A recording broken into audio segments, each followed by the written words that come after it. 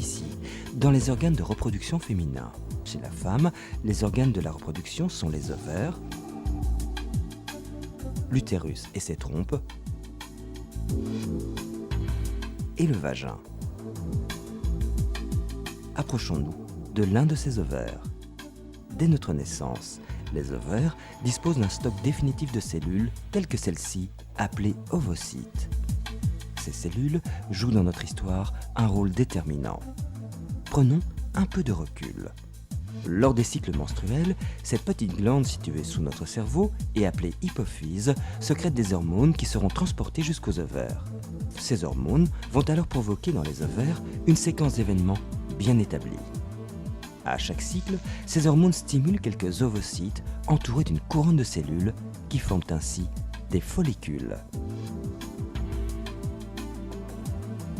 Ce follicule, à nouveau stimulé, va expulser l'ovocyte vers l'étape suivante, les trompes. On parle alors d'ovulation. Notre ovocyte va ainsi rester en attente dans les trompes durant quelques heures. Nous arrivons, avec les spermatozoïdes, au niveau du col de l'utérus. De petites glandes, situées dans la paroi du col, sécrètent alors un liquide visqueux appelé glaire. Cette glaire favorise la sélection des spermatozoïdes.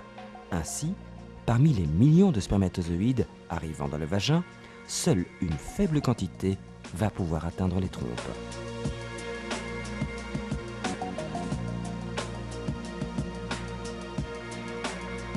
Comme nous le voyons, pour qu'il y ait fécondation, il faut qu'un ovocyte et un spermatozoïde se rencontrent au bon moment. En effet, l'ovocyte n'est fécondable que durant les 24 heures qui suivent l'ovulation. Les spermatozoïdes, quant à eux, sont susceptibles de rester fécondants pendant 4 à 5 jours. Ceci explique pourquoi une femme n'est fécondable que quelques jours par mois. Après la fécondation, l'ovocyte fécondé se divise alors en 2, 4 et 8 cellules.